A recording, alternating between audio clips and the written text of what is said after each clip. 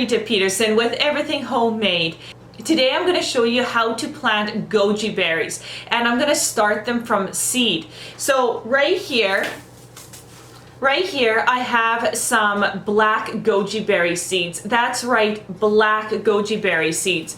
If you haven't heard of black gojis, there is such a thing. In fact, they're higher in antioxidants, and in general, they are higher in nutrient than your counterpart of the red goji. There is nothing wrong with red gojis. I actually have 5 plants of red gojis that I started a couple of years ago. What I've discovered though, looking through a magazine of herbs that I usually order from this company called Richter's, which I will provide a link in the description box below, this link had seeds for black goji, and I was kind of taken back. I was like, black goji? I've never heard of them. So I went on the internet and did some research, and I was like, I'm making an orchard of gojis.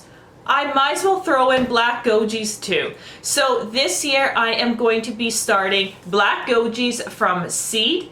Some words of wisdom with goji plants. Gojis do not like to be transplanted. I have found that throughout the years that when you transplant your gojis, they go into shock, and they go into shock really, really bad. So transplanting them while they're very young is the best option. I find them even more picky than transplanting cucumbers. Have that in the back of your head when you are transplanting them, to really, really slow down and be precise. The other thing is, to prevent that transplant shock, will be to transplant them when they're younger, and I'm going to go through that. So follow this channel if you want to see me starting them from seed, transplanting them, all the way to hardening them off, and all the way to planting them outside.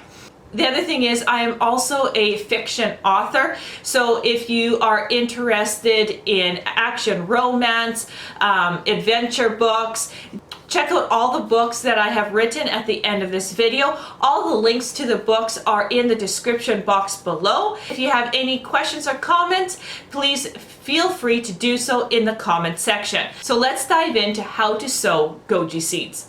Okay, so the first thing you want to do is have a container. Now I have a container here. It is about 1 inch tall. We're about 8 inches in length and about 4 inches in width. So it's just it's just a takeout container.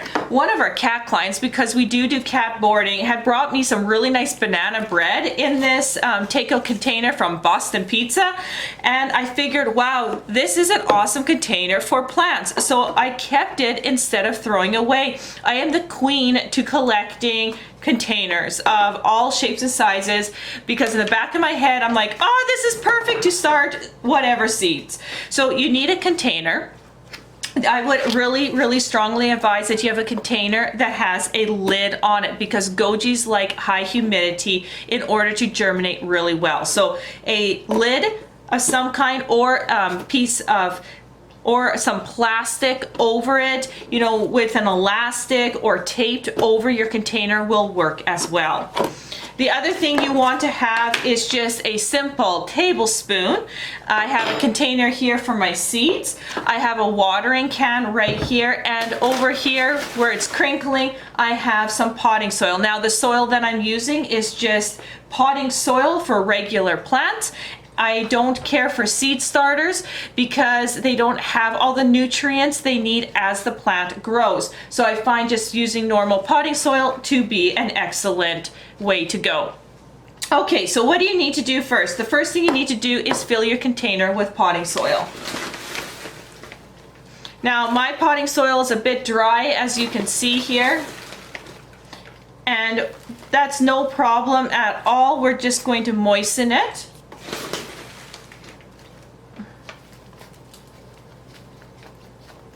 So now we're going to take our watering container, and I'm going to just moisten my dirt.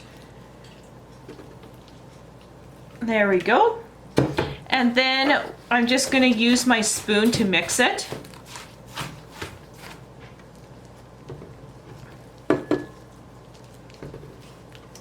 Now I definitely do not want the dirt to be soggy wet. I just want some nice moisture. You definitely don't want your seeds to be in soggy dirt because they'll just rot. So I'm just going to straighten out my dirt here. As you can see, when I grab it, you can see that it is moist, but I definitely can't wring it out. Once you got your dirt all evened out in your container, then we want to open up the seed package. Now, their packages, on the other hand, are a little bit tricky to get into.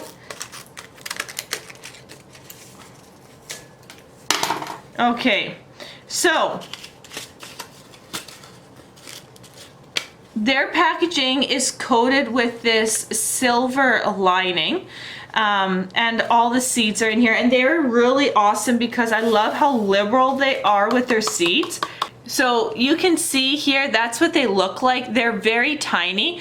So what I want to do next is I want to take the tip of my spoon right here and make little rows in my container.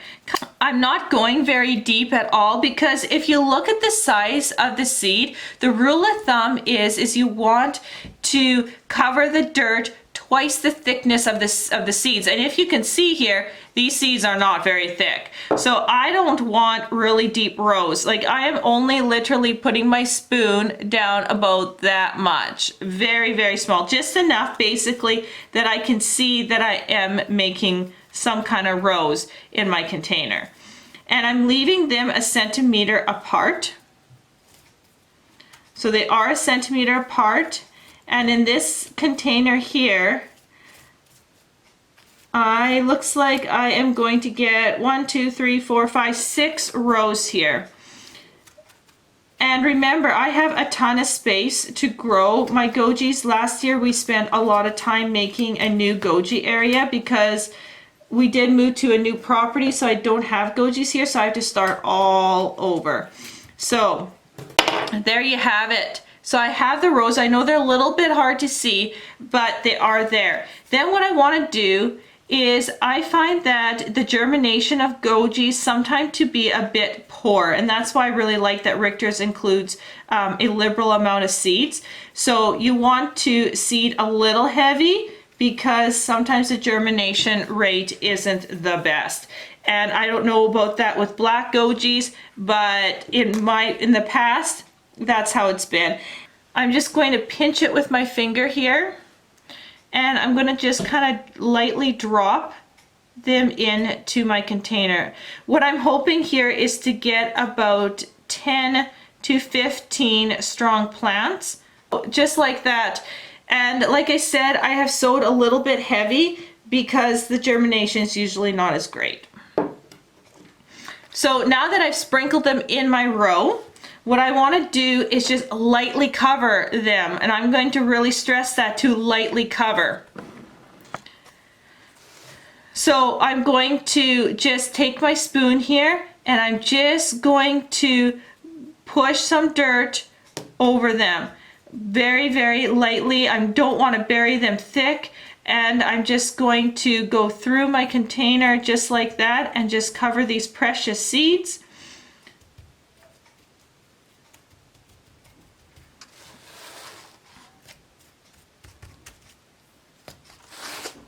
I'm just going to turn it around here. Okay, so the next thing I want to do after you cover them is just pat them down, because you do want the soil to touch the seeds. And just give it a nice little pat here, just like so. Perfect. You can also see sometimes that there is sticks. Make sure that these sticks are out of here. They're kind of a nuisance, so I just toss them away. When I usually water, I usually add about 5 drops of Thieves Essential Oil into my watering can.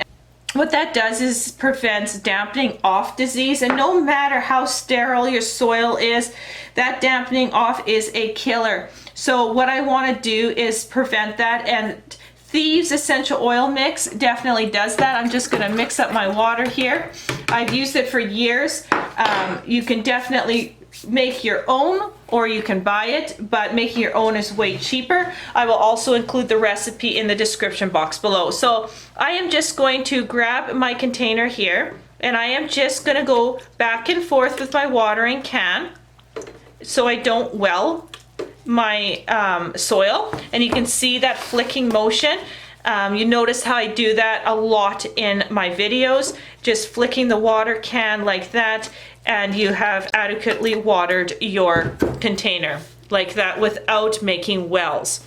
Now that I have it watered, you want to put on your lid, and basically what I do is I find a warm spot in the house. So if you got an old appliance like a top of an old fridge that is just naturally warm, then I would put it there. I just find an area not in direct sunlight, but a little bit warmer of an area, and I just wait for these to germinate. You gotta wait about 14 days. Sometimes they germinate before that, sometimes a little longer. So patience. With the lid on, you almost shouldn't need to water these anymore.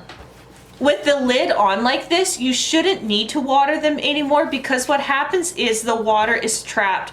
So when you put it in a warmer spot, the humidity increases, goes to the top of the lid, then drips back down. So it creates this water cycle, and usually in the 14 days I don't have to rewater, so it's really maintenance free. The biggest thing is you need to check for germination, because as soon as they start coming up, they need to be under a grow light or into a sunny window. Now, as you wait for them to germinate, make sure you got a spot in the house that is full sun or under a grow light until you can transplant them outside. Now, you won't be transplanting outside until the weather is frost free. So yes, gojis can handle the frost, but when they're small, they're little wimps. So they got to be almost treated like a cucumber or a tomato plant, especially the first year they get into the ground. So my advice to you is, do you have a sunny window? Do you have grow lights set up to make strong plants until you can plant them outside? So I will also include a great company called Bloom Plus. They have awesome grow lights. I have used the BP 1000, the BP 1500, and I will definitely include links in the description box below. You can ask me any questions about the grow lights. They are LED, sleek in design. They don't heat up, and they're a full spectrum grow light. Continue to follow me as I will film my goji seeds germinate. I will also keep you updated on how to transplant them into a larger container and how to harden them off and get them planted outside. So thanks so much for watching, and we'll see you on the next video.